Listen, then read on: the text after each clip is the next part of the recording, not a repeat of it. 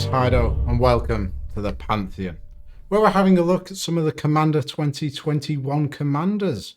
And today we've got a rather dangerous gardener.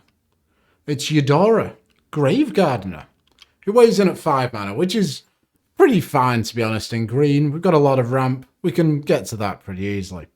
And he's a tree folk druid, and whenever another non-token creature you control dies, you may return it to the battlefield face down under its owner's control. It's a forest land. It has no other types or abilities.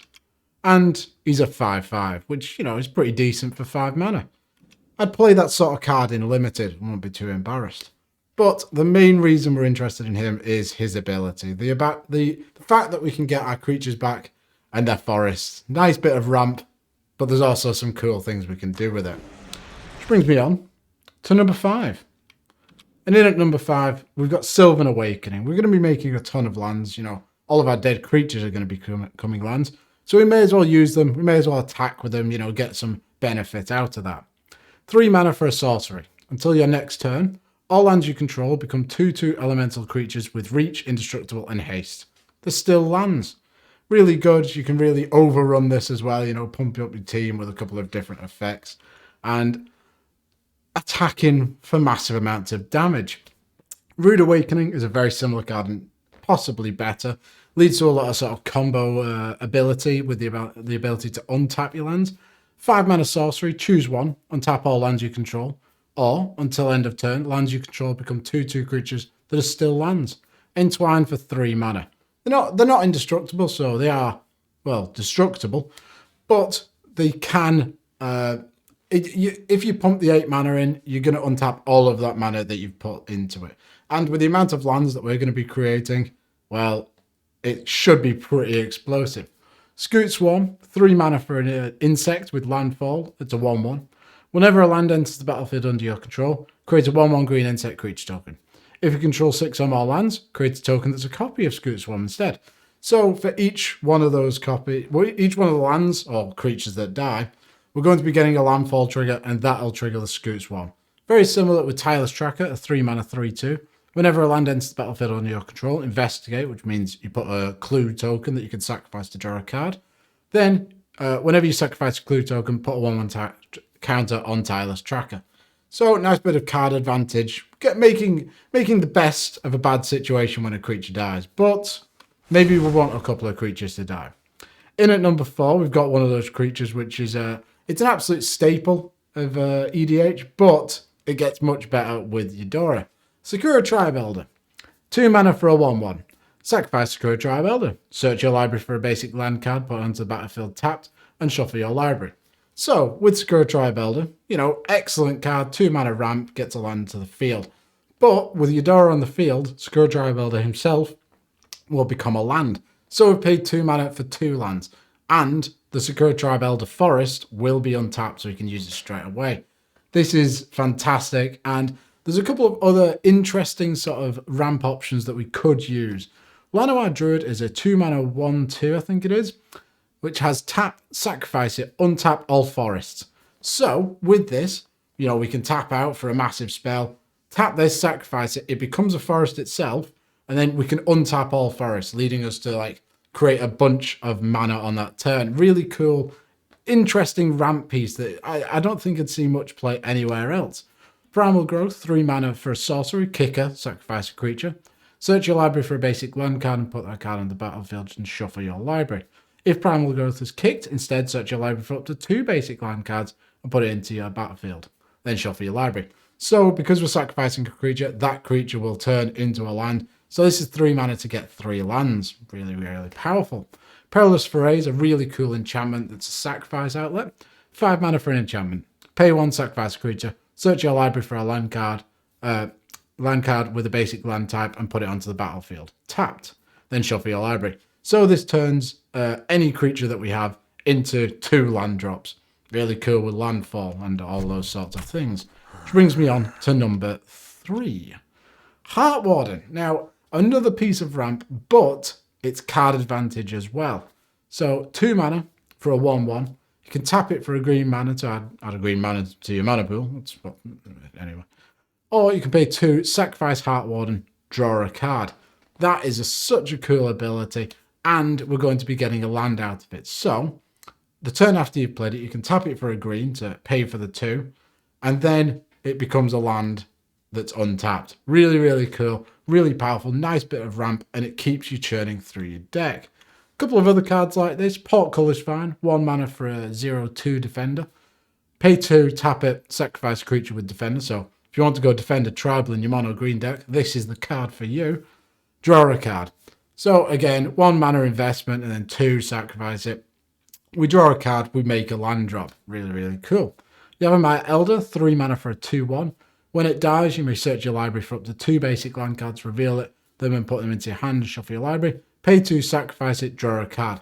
So we're getting tons of value, at least 2 lands from our library onto our hand. I can't speak. And we might be drawing a card, and this guy becomes a forest. It's just immense value through and through. Natural Order, 4 mana for a sorcery. Additional cost to cast this spell, sacrifice a green creature. So we're going to be getting a land there. Search your library for a green creature card and put it onto the battlefield, then shuffle your library. Probably going to go and get Kratu for, potentially Avenger Azenda card, because we're going to be making tons of land drops. We're going to have tons of lands, so all of our tokens are going to be massive. Thrashing Brantodon. The really cool card, but I've only really ever put it in a graveyard-based strategy. But this is a nice sort of effect, sacrifice it, destroy target artifact enchantment, and we get a land out of the deal. Also, it's a 3 mana 3/4, so it's a decent beater. Whisperwood Elemental, which is a great card. I love that art. All the blue sort of whoosh looks really cool in the background. 5 mana for a 4/4. At the beginning of your end step, manifest the top card of your library. Now, a manifested card would not be able to tap for mana because it isn't a forest that's made with Yedora. But I think if it dies, it would come back as a forest because I think it's a non-token in Yedora. Anyway, rules aside, we have the ability to sacrifice it until the end of turn. Face up non-token creatures you control gain. When this creature dies, manifest the top card of your library. So if a board wipe comes, sacrifice this, Whisperwood Elemental itself becomes a forest. Then each of our creatures are going to die, making them into forests, but we're also going to replace them all with 2/2s that are manifested. So nice bit of value there. Magus of the Order, 4 mana for a 3/3. Pay a green, sacrifice it, search your library for a green creature. Exactly the same as Natural Order. It's just on a dude, so it makes us a land drop. Which brings me on to number 2. Quirion Ranger. So all of our creatures have become forests. Why don't we rebuy them so we can recast them again? Quirion Ranger, 1 mana for a 1/1. Return a forest you control to its owner's hand. Untap target creature, use this ability only once each turn. So we can only use it once each turn, but we can use it on our opponent's turns as well. So in a full circle of the table, you can potentially get 4 of your creatures that have died back to your hand. Yes, you're removing a land from the battlefield, but we're going to have so many, it won't really matter. And it's just such a cool effect, and you're going to be recasting all of your things. Scrub Ranger, exactly the same effect. 2 mana for a 1/1 with flash, flying, and protection from blue. So cool little, little side grade, I guess. Return a forest you control to its owner's hand. Untap target creature. Play this ability only once each turn. Again, really, really powerful. We can just return as many as we want on it. No, we can't. We can do one per sort of turn cycle. Anyway, Jungle Basin. Jungle Basin enters the battlefield tapped. It enters the battlefield, sacrifice it unless you return an untapped forest to its owner's hand. And it taps for a green and a colorless. So this is a nice little land that allows us to rebuy one of our creatures that, may have died. Multani, Yavamaya's avatar, is a 6 mana 0/0 with reach and trample. Gets +1/+1 for each land you control and each land card in your graveyard. So we're going to have a ton of lands on the battlefield and possibly in the graveyard, but it's going to be massive. Then we have pay 2, return 2 lands you control to their owner's hand. Return Multani from your graveyard to your hand. So if Multani potentially dies, we can rebuy Multani and 2 of our land creatures, combine things, the mulch that we've got locking around. Similar to this, Kalini Gem is a 4 mana rock. When it enters the battlefield, return 2 lands you control to their owner's hand. And you can tap it, add 2 mana of any one color to your mana pool. Really, really powerful, really cool effect. Ramps us. You know, we don't often play Artifact Ramp in mono green, but with the benefit this gives us, it's just really, really powerful. Guildless Commons is a land. When it enters the battlefield tapped. When it enters, return a land you control to its owner's hand. And it taps for 2 colors. So it's sort of ramp, but it's going to rebuy our creatures. Ancestral Statue is a combo piece in a couple of different decks, but here, I wouldn't actually put it in the deck, but it's just another way that you could rebuy a permanent. 4 mana for the 3/4. When it enters the battlefield, return a non-land. No, I didn't actually read the card. It doesn't return lands. Ignore Ancestral Statue. There you go. I wouldn't personally put it in the deck, but you actually just wouldn't because it's rubbish in the deck. Which brings us on to number 1, and these cards are a really cool interaction with our commander. Proteus Machine. 3 mana for a 2/2. It has Morph 0. Now, Morph means you may play this card face down as a 2/2 creature for 3. Turn it face up anytime for its Morph cost. When it's turned face up, it becomes the type of your choice. You know, you make it an elf, Eldrazi, whatever you want. That bit doesn't matter. But what matters is when it's a face down land, you can unmorph it for 0 mana. So, if you have some kind of sacrifice outlet, you play Proteus Machine, sacrifice it, it comes as a face down land. You tap it for a green, then you unmorph it for 0. You've got 1 green floating, you sacrifice it, becomes an untapped land, tap it for a green, and you just do this over and over again. So this can create infinite mana with any sack outlet.